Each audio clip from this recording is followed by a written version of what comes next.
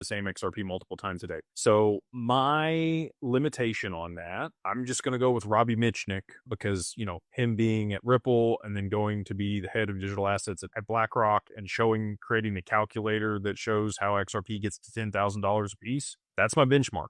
Okay. So I'm going to tell you what he put in there for reuse of XRP. The most in his calculator that XRP was able to be reused in the same day was 10 times. So you can take 10 off whatever you think the price could go to. So again, that comes back to available supply, total volume across the network, but you could reuse that same XRP multiple times a day. I don't think that's going to be happening at scale. I don't think all of those XRP are going to be being used 10 times a day, but I could be wrong about that. So, if you thought it was going to go to a $500 XRP in order to be able to meet demand for Swift, it could be a $50 XRP if they could use all of that XRP that Swift uses up to 10 times a day. It's probably going to be more than that. It's going to be more in line with the Pareto principle, right? There'll be, 20 or 80% of that XRP that's used that amount, and the rest of it will be used less than that. Probably be 20% of the XRP that does 80% of the transaction volume, and the rest of it just sits there. So, you can do the math on that. It's still a much higher price than what it is today that would be needed in order to be able to facilitate that, even if they did use it multiple times.